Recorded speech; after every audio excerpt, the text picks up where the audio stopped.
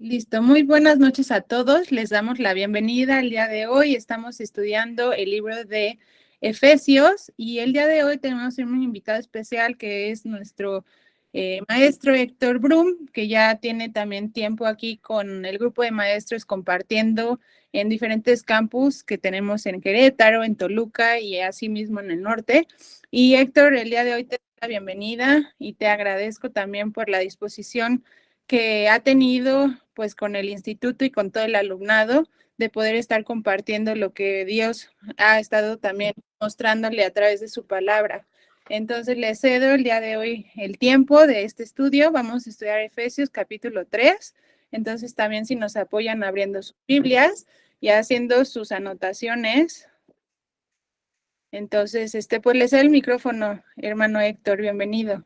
Muchas gracias, Ale. Igualmente, muchas gracias también, primeramente a Dios por darme la oportunidad de poder venir a presentar este estudio, esta clase importante para el Instituto Teológico Internacional y que nos permite ser heraldos, ¿no, Ale? Y que le doy gracias a Dios también, a Dios por la vida de su papá, que espero que se siga recuperando, a todos ustedes que hacen un gran esfuerzo en que las clases estén en tiempo, el material, en cómo nos apoyan también a nosotros.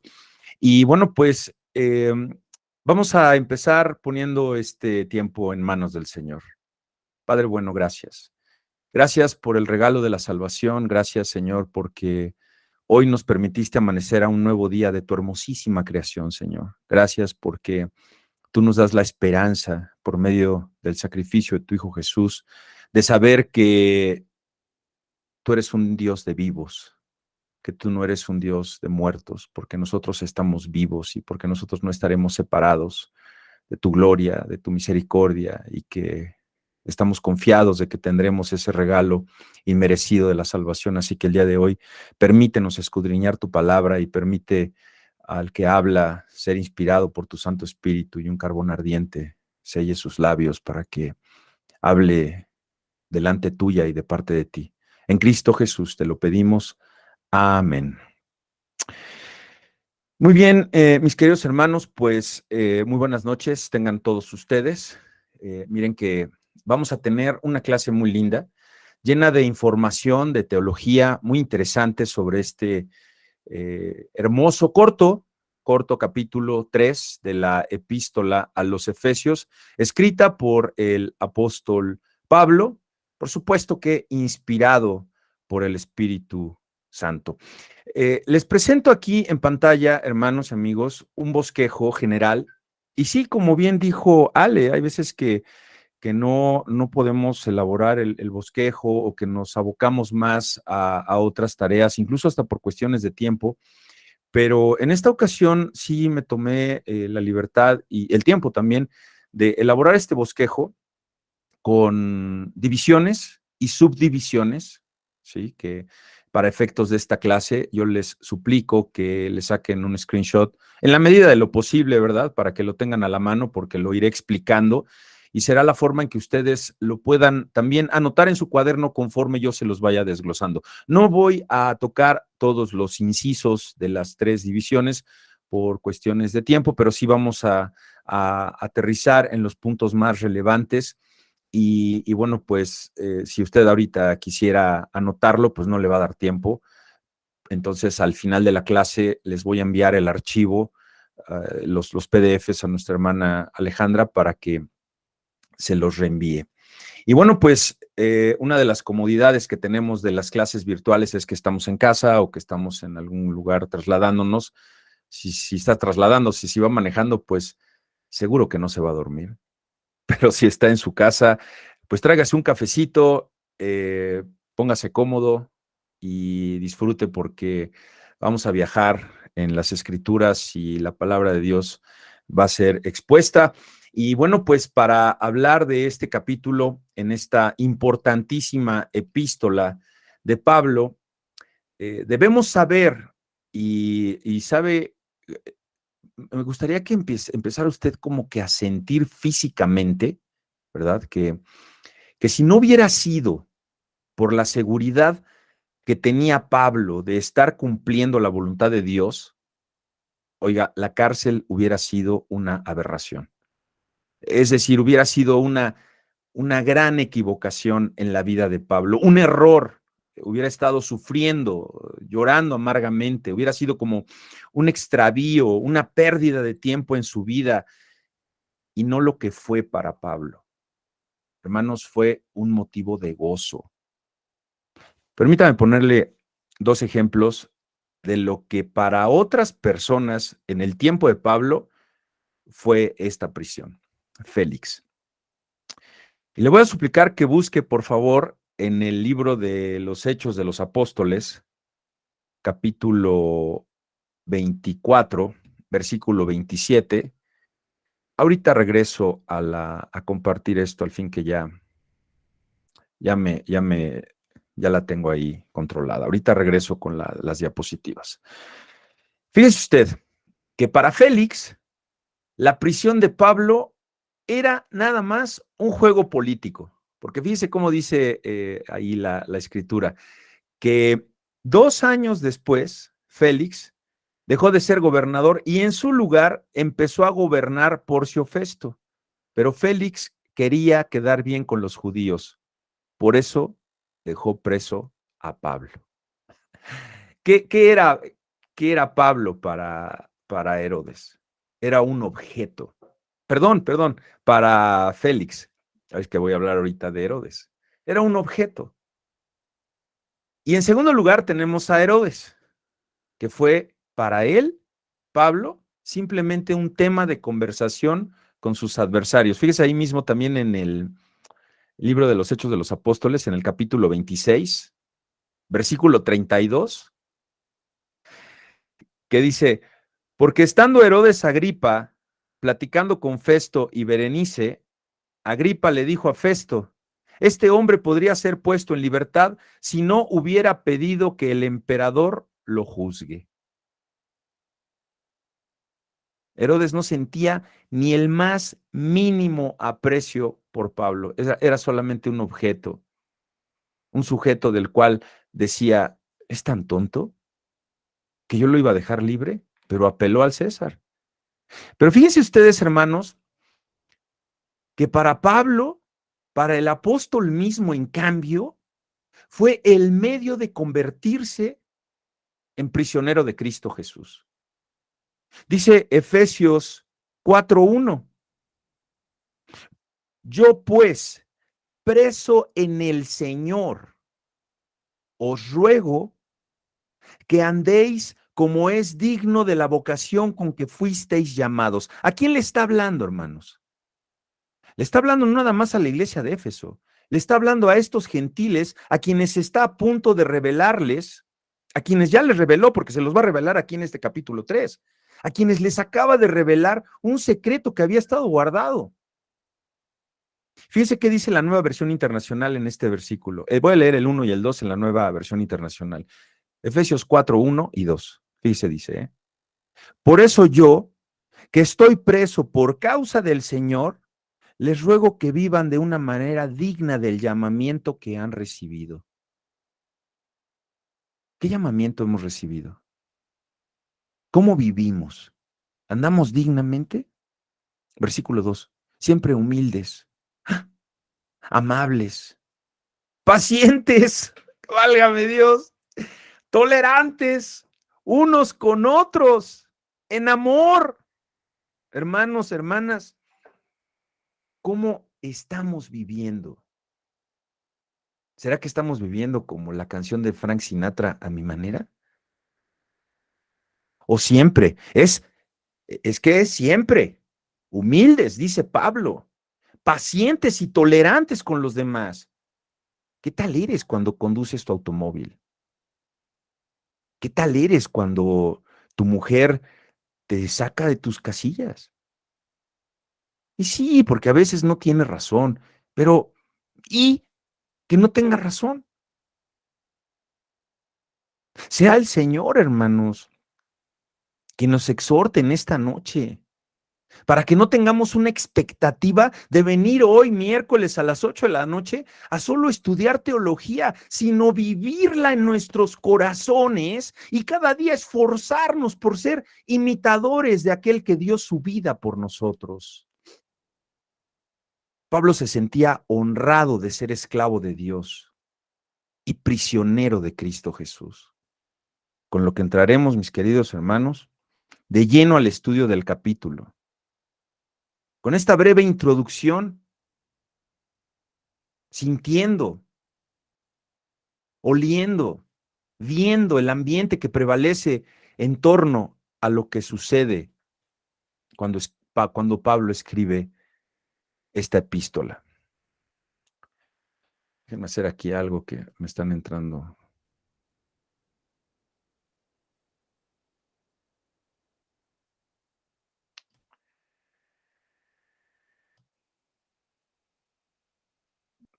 Ok. Ahí se ve bien, ¿verdad? Ok. Sí, pastor. Ok, muchas gracias. Muy bien.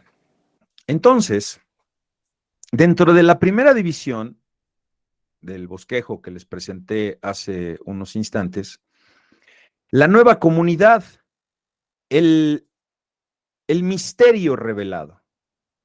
Tenemos aquí el capítulo 3, versículos del 1 al 6, donde en el versículo 1, Pablo continúa hablando sobre sus oraciones por los lectores y retoma, ponga mucha atención porque vamos a estar yendo y viniendo, no se me distraiga, retoma en este versículo 1 de este capítulo 3 el informe sobre su oración por las iglesias gentiles que viene presentando desde el capítulo 1, versículo 15 y que termina hasta el capítulo 2, versículo 10.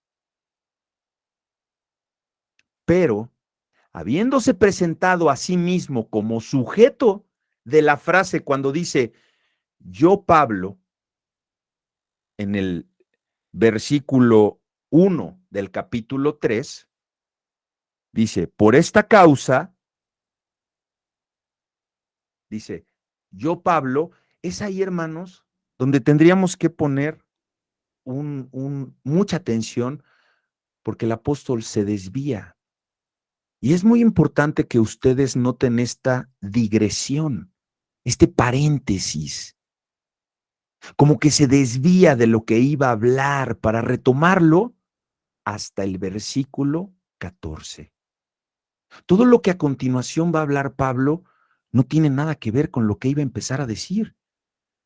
Y hace este paréntesis como aquel que se va por la tangente. Y lo hace desde el versículo 12 al versículo 13. Que le voy a suplicar a uno, y ahora voy a quitar esto otra vez, a uno o una hermana en la fe, que por favor, que sea, no me lo tome mal, pero que sea bueno para la lectura, para que se vaya dinámico, que me haga favor de leer los versículos del 1 al 13, alto todavía, ahorita activa su micrófono, porque nótese cómo empieza el versículo 1 y se desvía de la idea inicial que es por esta causa. O sea, la idea tenía que ser por esta causa y de ahí pum, se va. Así que, ¿quién dijo yo? Yo, pastor, Adelante con la buenas lectura. noches. ¿Quién es? Buenas noches. Hola, joven. Adelante, Yo soy señorita, su hermana. nieto. 4 del 1 al 3, pastor. No, ¿sí? no. Capítulo 3. Ah, del Estamos 1 al estudiando el 13. capítulo 3. Ok, Versículos del 1 al 13. Adelante. ok. Bueno, pastor, dice así, ministerio de Pablo a los gentiles. Por esta causa yo, Pablo, prisionero de Cristo Jesús, por vosotros los gentiles, si es que habéis oído de la administración de la gracia de Dios que me fue dada para con vosotros, que por revelación me fue declarado el misterio, como antes lo he escrito brevemente, leyendo lo cual podéis entender cuál sea mi conocimiento en el misterio de Cristo, misterio que en otras generaciones no se dio a conocer a los hijos de los hombres, como ahora es revelado a sus santos apóstoles y profetas por el Espíritu, que los gentiles son coherederos y miembros del mismo cuerpo y copartícipes de la promesa en Cristo Jesús por medio del Evangelio, del cual yo fui hecho ministro por el don de la gracia de Dios que me ha sido dado según la operación de su poder. A mí, que soy menos que el más pequeño de todos los santos, me fue dada esta gracia de anunciar entre los gentiles el evangelio de las inescrutables riquezas de Cristo y de aclarar a todos cuál sea la dispensación del misterio escondido desde los siglos en Dios que creó todas las cosas, para que la multiforme sabiduría de Dios sea ahora dada a conocer por medio de la iglesia de los principados y potestades en los lugares celestiales, conforme al propósito eterno que hizo en Cristo Jesús nuestro Señor, en quien tenemos seguridad y acceso con confianza por medio de la fe en Él. Por lo cual pido que no desmayéis a causa de mis tribulaciones por vosotros, los cuales son vuestra gloria. Amén. Amén. Amén. Amén. Gracias. Muchas gracias, joven hermanito. Si gustan cerrar su micrófono. ¿Se dieron cuenta? Hermanos, desde el versículo 3 nos habla, y de verdad que se me eriza la piel, porque estamos delante de un misterio revelado. Y fíjate cómo dice en el versículo 4, el 4, el cual podéis entender sea mi conocimiento en el misterio de Cristo. Versículo 5, misterio que en otras generaciones no se dio a conocer. Hermanos, es el momento en que el Espíritu Santo le revela un gran misterio que nos ha de favorecer a todos y cada uno de nosotros, porque somos gentiles. Y sirva esto de base para que sepa usted que la Biblia está llena de esos misterios que se van a revelar cuando Dios así lo quiera. Que no nos afanemos por entender la Biblia. La Biblia no fue dada al pueblo de Dios para que la entendamos. Fue dada para que la creamos.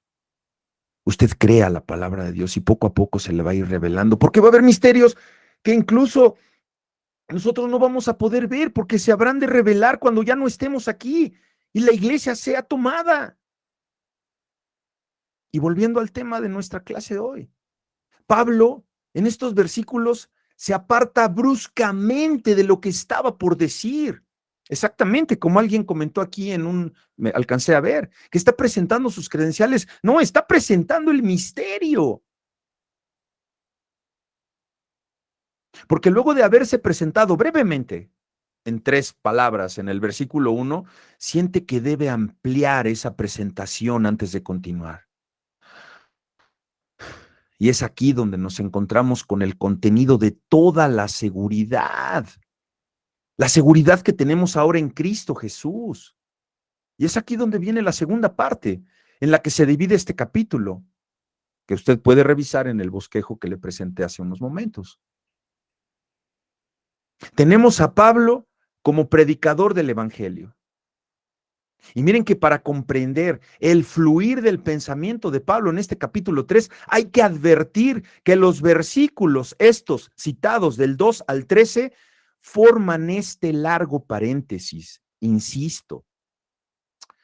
Y es en el versículo 14 donde inicia otra vez con por esta causa. Ahí lo tiene, versículo 14. Y vuelve a retomar, a reanudar el tema que inició en el versículo 1, que dijo, por esta causa, yo Pablo. Se ha dicho muchas veces, mis queridos hermanos, que Pablo tenía la costumbre de desviarse en una palabra, y yo creo que por eso muchos predicadores nos parecemos a Pablo, pero yo creo que nada más por eso, por la costumbre que tenemos que en clase o en las prédicas, miren, nos vamos como decimos acá en México, que nos vamos por las tortas, y nada más por eso, porque a veces que por unción o por gracia, en nada nos parecemos a Pablo, ¿no? Entonces tenemos que en los versículos 2 al 13, el pensamiento que sigue, ese desvío, los teólogos eruditos lo denominan bifurcación. Y voy a hacer una pequeña pausa aquí y permítanme ustedes regresar a esta pantalla que tenemos la bifurcación, que es lo mismo que desvío, ¿sí? Y en el versículo 14 vuelve a lo que quería decir antes. Ha venido sosteniendo que es un hombre de Cristo Jesús, que está preso, y que está preso a favor de vosotros, los gentiles. Por lo que el tema principal de esta bifurcación es su apostolado a los gentiles, ampliado y reorganizado. ¿Por qué? Porque es un contenido que también va a darnos en su epístola, anótelo por favor ahí, a los Colosenses, capítulo 1, versículos del 23 al 29. Colosenses, capítulo 1, 23 al 29, que por cuestiones de tiempo no vamos a poder leer en esta ocasión. Vamos a tomar 2 versículos de este capítulo más adelante, pero que les recomiendo mucho que estudien, porque se trata del ministerio de Pablo a los gentiles.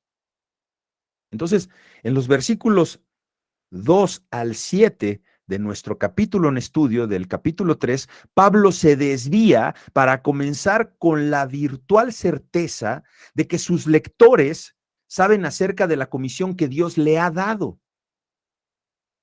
Y es más que razonable que él pudiera esperar esto. Él mismo había llevado el evangelio de la inclusión de los gentiles desde Jerusalén, alrededor del Mediterráneo, hasta lo que algún día fue la región, y hace algunos años, la nación de Yugoslavia.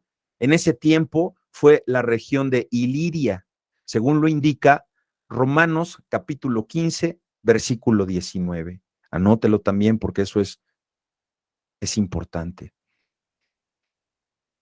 Y Pablo tenía intenciones de ir a Roma y a España, pero se quedó. Y si pudiéramos decir, ¿sabe cómo me atrevería a decir que se quedó? Se quedó como que estacionado en Éfeso durante 3 años, desde el año 52 al 55. Vaya usted tomando notas porque vamos al vuelo, ¿verdad? Y no todo lo va a tener aquí en las diapositivas. Fue desde el año 52 al 55, desde donde sus colaboradores habían llevado el evangelio al menos hasta Colosas y a la Odisea, en el este, y probablemente también hasta los otros centros del área. Regresemos por un instante al versículo 6. Porque tenemos un gran misterio revelado, que los gentiles, wow, son coherederos y miembros del mismo cuerpo y copartícipes de la promesa en Cristo Jesús por medio del evangelio.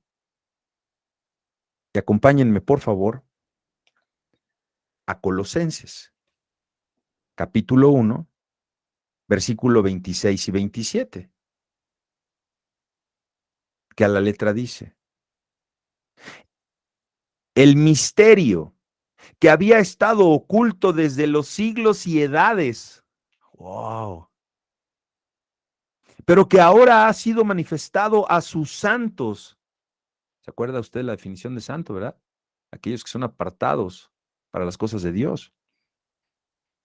A quienes Dios quiso dar a conocer las riquezas de la gloria de este misterio entre los gentiles, que es Cristo en vosotros, la esperanza de gloria.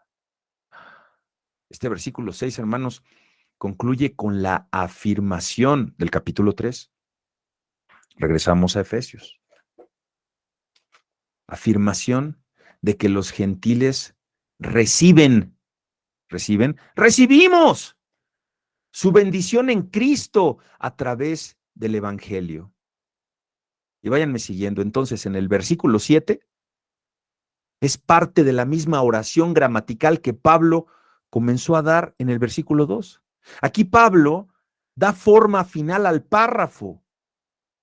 Fíjate bien ahí, ¿eh? Volviendo al pensamiento de la gracia de Dios y el poder dado a Pablo para ser siervo de este evangelio. Versículos 8 al 12. Estos versículos retoman y desarrollan el tema del servicio de Pablo para el evangelio.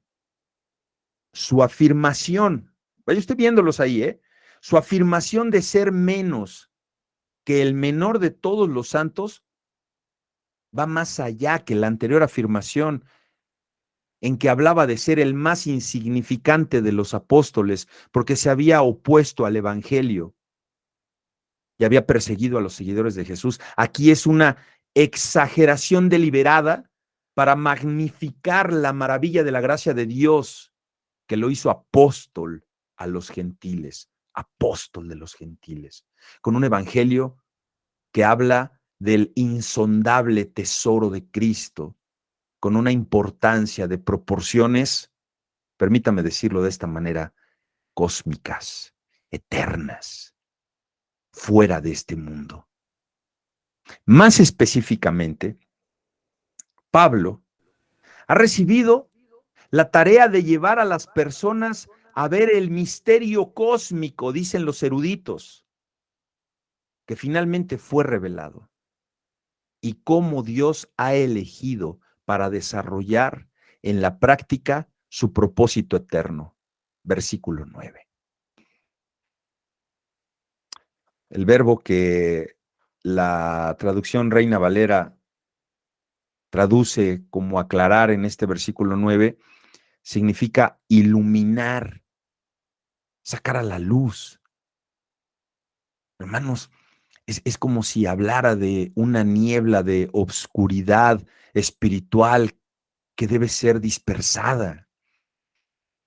La importancia de esta continua iluminación se presenta en el versículo 10, en que el propósito total de Dios para el ministerio de predicación, enseñanza y oración de Pablo es que la iglesia sea edificada, el cuerpo, para convertirse en la manifestación de la rica y multiforme. La palabra utilizada aquí, multiforme, significa originalmente multicolor, multiforme sabiduría de Dios a los principados y las autoridades en los lugares celestiales. Se lo voy a repetir eso, Sabiduría de Dios a los principados, plural, ¿verdad? A los principados y las autoridades en los lugares celestiales. Pongan mucha atención aquí, hermanos, porque esto es maravilloso. ¿Qué implica esto? Los principados en cuestión, déjenme quitar esto porque necesito ver si no se me están durmiendo, si no para. Espérenme. Ahí están. Estamos atentos, ¿verdad? Uy, mucha gente tiene su cámara apagada. Qué mal, qué gachos. Estos principados en cuestión son probablemente, según los estudiosos, ojo, la totalidad de los seres celestiales. Y no solamente los ángeles de Dios, ni solamente los poderes malignos a los que se hace referencia en el capítulo 6 de esta epístola, en el versículo 12, sino a ambos. Todos los seres celestiales son los testigos reunidos ante los cuales Dios demuestra su sabiduría y revela el misterio. Y lo hace a través de una iglesia, del cuerpo. Y la está expresando aquí. Esa sabiduría es su propósito eterno en Cristo. Versículo 11. Que claramente no es otra cosa que su intención, ojo, de unir todas las cosas en Cristo. Se expresa en una iglesia universal, donde judíos y gentiles viven y adoran en un cuerpo, como deberíamos vivir los cristianos evangélicos, en armonía con Dios y con los hermanos y con las hermanas en Cristo Jesús.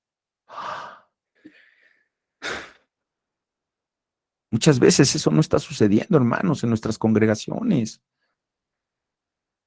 Sirvan estas clases para que tengamos un refreshment, que tengamos una cubetada de agua fría, que nos despierte y que sepamos qué es la iglesia, hermanos. Versículo 13 nos trae nuevamente a la afirmación del versículo 1, de que su encarcelamiento es a favor de vosotros los gentiles. Sus lectores entonces podrían sentirse desanimados, porque Dios hubiera permitido esta aparente tribulación, pero Pablo desearía más bien que ellos la consideraran vuestra gloria. ¿Vamos bien, hermanos? ¿Sí? ¿Ya se durmieron? No, pastor. Vamos Muy bien. Adelante, pastor. Aún estamos despiertos, pastor. Muy bien. Échale con Estamos carácter. atentos. Aquí estamos, pastor, atentos. Hasta mi niño. Muy bien, muy bien. Ahí les va, ¿eh? Bueno, aquí está. Aquí está. Ahí está. Pastor, aquí estamos. Excelente, joven. ¿Cómo se llama usted, joven? Joseph Rojas. Joseph Johan. Muy bien, Joseph. Yo soy Héctor y estoy para servirle, joven hermanito. Muy bien. Bueno, ya tiene la página que usted dice. Eso es. Vamos, pues. Dice entonces, ¿por qué después de todo había sido arrestado el apóstol Pablo? La respuesta fue por defender. Esa prisión fue por ti, por mí, hermano, hermana. Hermanito Johan, fue por usted también. Fue por defender la igualdad de los creyentes gentiles con los judíos en el pueblo único de la nueva creación de Dios, el cuerpo de Cristo, la iglesia.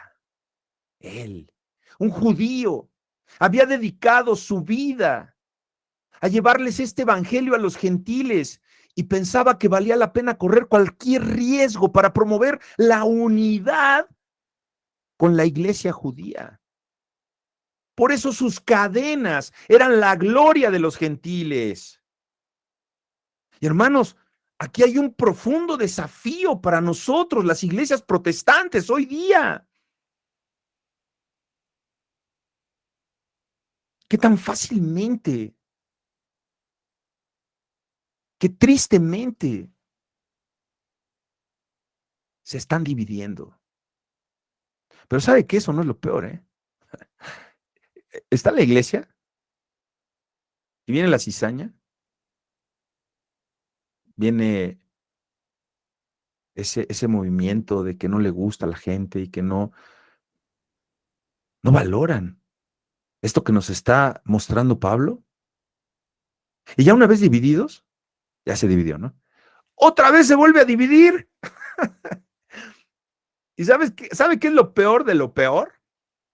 Que se dividen por temas relativos a la verdad.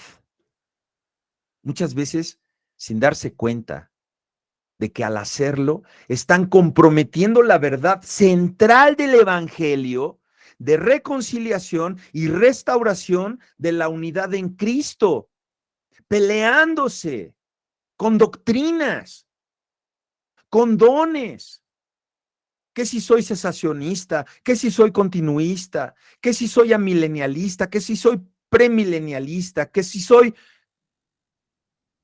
X, Y y Z?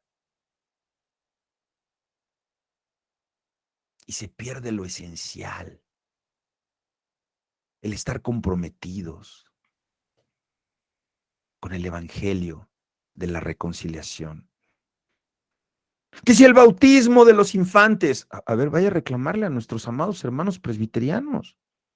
En Estados Unidos hacen chistes, tienes ahí a un John MacArthur haciendo chistes con un R.C. Sproul en foros que se dedicaban a eso, a nada más, chistes en el buen sentido, teológicos, de una profundidad teológica, donde cada uno defiende su postura. A ver, dígale a mis hermanos presbiterianos que amamos en Cristo, que no bauticen a los infantes. No, ¿cómo crees? Si la escritura dice, tiene que ser por inmersión. Bueno, a ver, peléate por eso. Ya, se separan, ¿no? No, hermanos. Esas no son cosas que sean fundamentales, hermanos. Versículos 14 al 21. Pablo finaliza el informe sobre su oración y la manifestación del poder de Dios. Así que le quiero suplicar a algún lector o lectora que me haga favor de leernos esta porción de versículos del 14 al 21. Adelante. El amor que excede a todo conocimiento. Por esta causa doblo mis rodillas ante el Padre de nuestro Señor Jesucristo, de quien toma nombre toda familia en los cielos y en la tierra, para que os dé, conforme a las riquezas de su gloria, el ser fortalecidos con su poder en el hombre interior por su espíritu, para que habite Cristo por la fe en vuestros corazones, a fin de que, arraigados y cimentados en el amor, seáis plenamente capaces de comprender con todos los santos cuál sea la anchura, la longitud, la profundidad y la altura, y de conocer el amor de Cristo, que excede a todo conocimiento, para que seáis llenos de toda la plenitud de Dios. Y aquel que es poderoso para hacer todas las cosas mucho más abundantemente de lo que pedimos o entendemos, según el poder que actúa en nosotros. A Él sea gloria en la Iglesia en Cristo Jesús, por todas las edades, por los siglos de los siglos. Amén. Amén. Se nos ha olvidado el versículo 17. La iglesia no practica el versículo 17. Habita la contienda, habita el celo, habita el glamour, los lugares de preeminencia, de no quererse arremangar las manos para ensuciárselas. Y lo último que está habitando ahora en nuestro pueblo evangélico es Cristo, que por la fe mora en nuestros corazones. Perdón, pastor. Perdón, ¿estábamos en Efesios 6, 14? No, Efesios 3. No me he ido a 6 para nada. No hemos salido de Efesios 3. Dije Efesios 6. Porque luego se me va el avión, ¿eh? No, pastor. No, nunca he dicho. Bueno, Estábamos porque, Nunca he en dicho el 6, 14 siempre. oiga, yo les voy a decir lo que Yo- luego les digo. Yo les digo. estoy en el número 21. Sí, pero Anabel, ¿tiene usted alguna duda que quiera que aclaremos? Hola, hola. Bueno, Hola, hermano. No, Bueno. ninguna, gracias. es que tengo ahí otra Anabel Castro, que fue la que levantó la mano. Bueno. A fin de que arraigados y cimentados en amor. Wow. En amor. ¿qué es el amor? Pues Dios es el amor. Dios es amor. Tenemos a Pablo ahora, hermanos, retomando y completando la oración que dejó inconclusa en el versículo 1 de este capítulo 3 y nos lleva a la parte final del informe sobre su tarea intercesora que comenzó, ojo, anótelo por favor, porque ya tomó usted esta clase. Esta oración intercesora comenzó en el capítulo 1, versículo 7 de esta epístola a los Efesios. Y el tema aquí complementa lo que se había venido diciendo hasta ahora. Y tengo aquí esta diapositiva. Dice usted.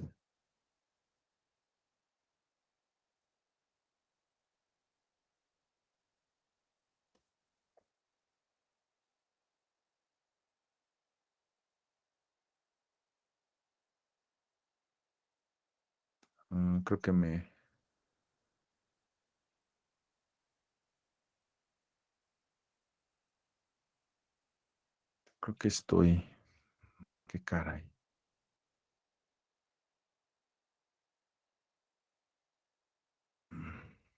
La verdad ya me perdí de las diapositivas.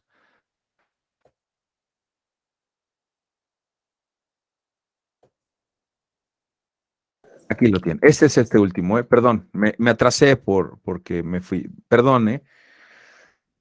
Y dice la diapositiva que les dejo como apuntes, ¿verdad? En Efesios 1, del 17 al 23, Pablo oraba básicamente para que sus lectores tuvieran un entendimiento espiritual más profundo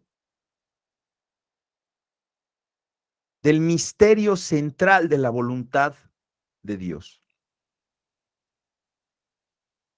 Específicamente, que pudieran captar con gozo la esperanza cristiana y confiar en el poder salvador y reconciliador de Dios en ellos, que comenzaba ya a unir, fíjense bien, a unir todas las cosas en Cristo. Tenemos a Pablo aquí orando, ora para que sus lectores lleguen a tener el poder para comprender y conocer realmente la plenitud del amor de Cristo Jesús. Y que cuanto más profundo sea ese conocimiento en la iglesia, más intensamente reflejará la iglesia, la unidad, la armonía y la vibrante paz mesiánica que finalmente, hermanos, será restaurada por Dios en la nueva creación. Es esta parte final del informe de Pablo sobre su oración que constituye el clímax de la misma. Aquí en el versículo 14 vemos a Pablo postrándose de rodillas, con la cabeza inclinada hacia la tierra, como alguien que hace una reverencia y trae un asunto de suma importancia, urgente ante un rey poderoso. Porque recuerden ustedes que la tradición de los judíos en la época de Pablo es que la posición más común para orar era de pie y con los ojos abiertos. ¿Qué será? ¿Para que todo el mundo los viera? ¿O para que él viera a quien los vieran? Empolvándose y maquillándose las caras para que pareciera que estaban ayunando. Pablo no tenía que hacer eso. Pablo ciertamente quería transmitir la impresión del poder de Dios, fluir en él. Y si lo llamamos Padre, a nuestro Padre, debemos recordar que esto no es solamente una expresión de intimidad. En ese tiempo allá en el Oriente, el padre es el que rige a la familia. Aquel a quien se participan todos los temas importantes y a quien los hijos, sin importar su edad, ¿verdad?, brindan obediencia. un trato de respeto y sobre todo atención, y que sean atentos con ellos. Versículo 16 al 19. La oración de Pablo.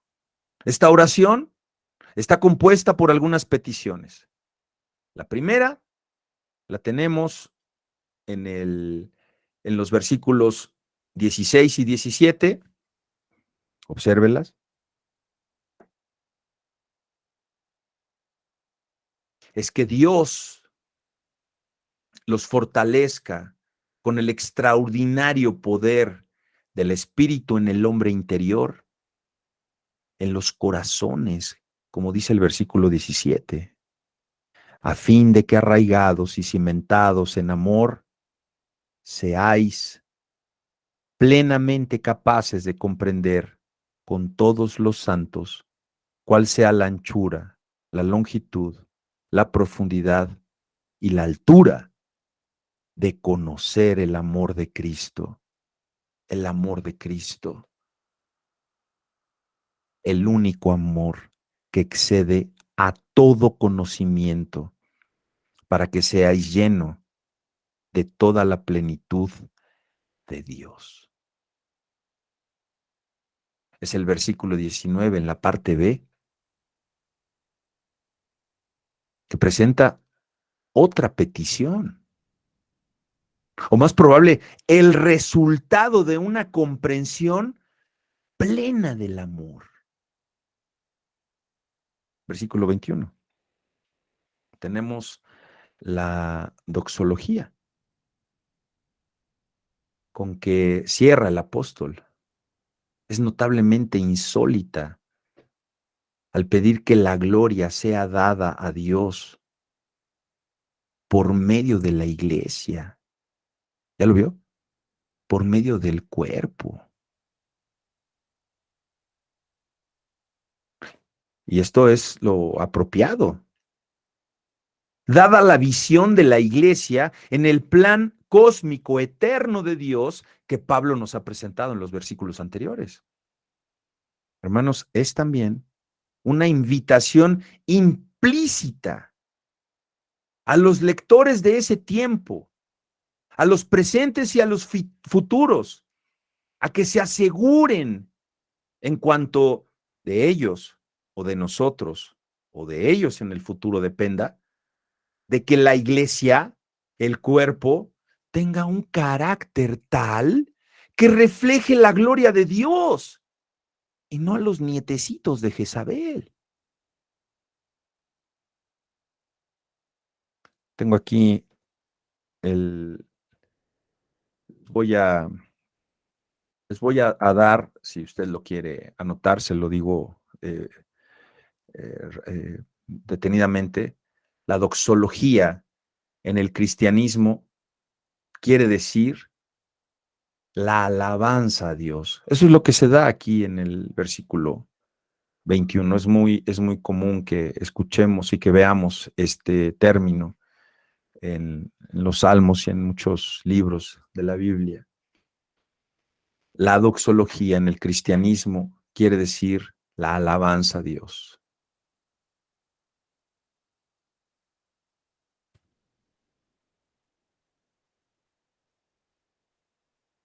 Y aquí concluye formalmente y redondea la primera mitad de la carta a los Efesios, capítulo 3, final del capítulo 3.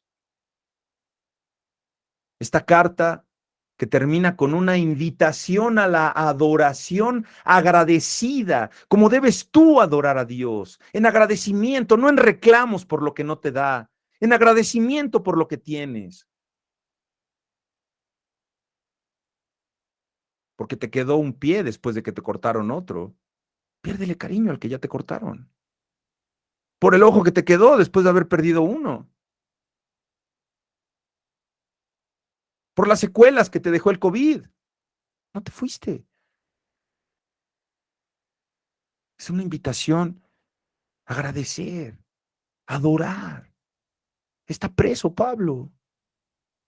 Y es de esa manera en que comenzó su oración y en que comenzó en Efesios 1, versículos 13 y 14, que les voy a suplicar que vayamos para allá.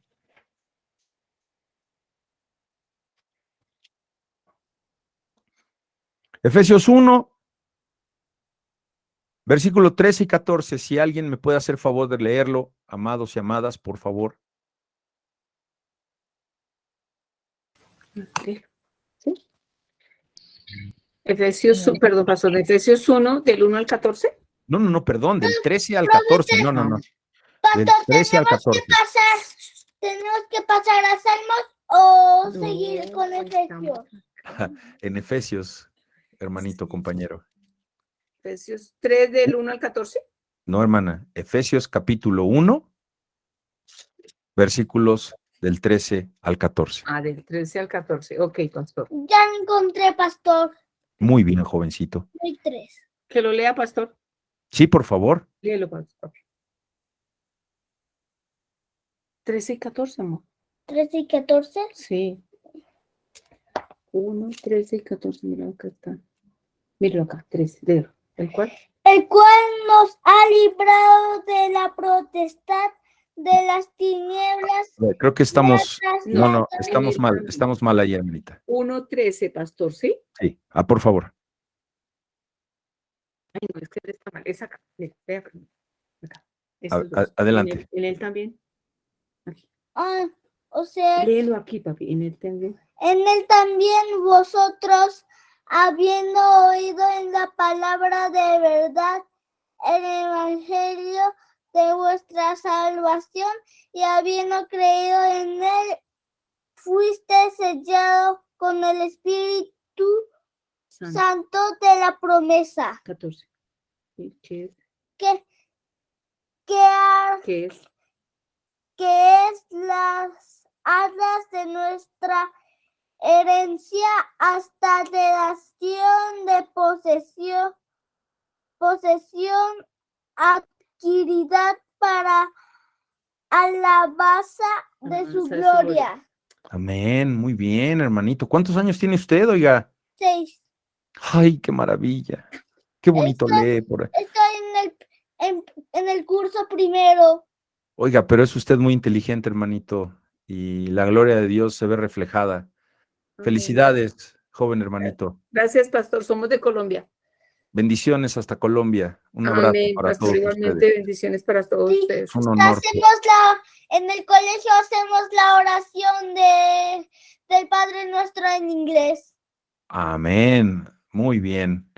Si tenemos tiempo, nos la dice ahorita, hermano. Muy bien. Gracias, pastor. Es que casi En no él. me la sé. No, pues. Bueno, vamos a continuar, hermanito, y ahorita vemos, porque ya se me va a acabar el tiempo. ¿Vamos bien, hermanos? ¿Ya se durmieron?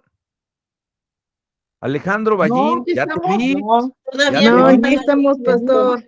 Voy a ir a Querétaro a jalarte las orejas, ¿eh? Adelante. Está bueno esto. Bueno. En él también, Así es. vosotros, Adelante, eso está bueno. habiendo oído la palabra de verdad, el evangelio de vuestra salvación, y habiendo creído en él, fuisteis sellados. Hermana, hermano, ya fuiste sellado. Ya mora en ti ese espíritu dunamis, ese poder que levantó a nuestro Señor Jesucristo de la cruz, el Espíritu Santo de la promesa. Créasela, hermano, hermana, créasela. Conclusión, pensamiento para reflexionar. Hermano, hermana, ¿qué tan genuina es su fe? Analícese, examínese. Porque una fe genuina, no, sí, pastor, tengo mucha fe y mire que yo por fe sigo adelante. Ah, sí. ¿Y qué tal tu arrepentimiento? Porque una fe genuina requiere de un arrepentimiento genuino. ¿Experimenta usted el arrepentimiento a diario? A diario. Se fortalece a diario. Tienen ahí un micrófono abierto, por favor. ¿Se fortalece usted a diario con el extraordinario poder del Espíritu Santo? ¿Para qué? Pues para que habite Cristo en usted, por la fe, en su corazón. Hermanos, hermanas, estamos verdaderamente arraigados, anclados y cimentados en amor para llegar a conocer el amor de Cristo que excede a todo conocimiento para poder ser llenos de toda la plenitud de Dios. ¿O estamos peleando por cuestiones vanas de poder y de no someternos? ¿Y sabe qué ha hecho el cristiano en los últimos tiempos? Dejar de poner la otra mejilla. Sirvan estos estudios exegéticos, teológicos, donde quienes nos interesamos por exponer la palabra de Dios de una forma profunda, llegue a ustedes, pero no nada más para que crezcan y para que sus cerebros se emboten, no, para que la lleven por obra, para que verdaderamente vayamos y hagamos discípulos y compartamos las buenas nuevas, que no le dé pena, pero sobre todo atrévase, porque el cristiano hoy día le teme mucho al rechazo. No tema el rechazo, porque usted ya fue sellado, ya fue sellada. Usted es este gentil a quien se le ha dado el misterio de haber sido ahora sido adoptados hijos de Dios. Vamos a terminar con una oración. Gracias, Señor, por tu palabra. Gracias, Señor, por esta herencia incorrompible. Gracias, Señor, porque es tu amor, es tu misericordia, porque ahora que comprendo lo que son las riquezas de tu gloria, Señor, me veo fortalecido con el poder que mora internamente en mí. Dígaselo al Señor, hermano, hermana, que haya valido la pena esta hora que está usted conectado, conectada, que dejó sus tareas. Gracias, Señor, porque ahora sé que habitas en mí por la fe que tengo, Señor, porque es por fe para que nadie se gloríe, Señor, para que tu amor sea afianzado y arraigado en mí, Señor, y me des la fortaleza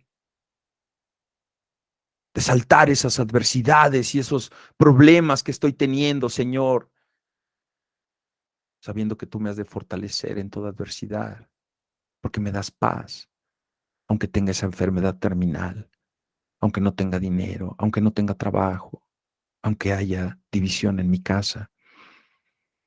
Todo lo dejo en tus manos, Señor, porque verdaderamente, Señor, puedo decir que para mí vivir es en Cristo y morir es ganancia. A ti, Señor, sea la gloria, el poder y la alabanza por los siglos de los siglos. Amén y amén.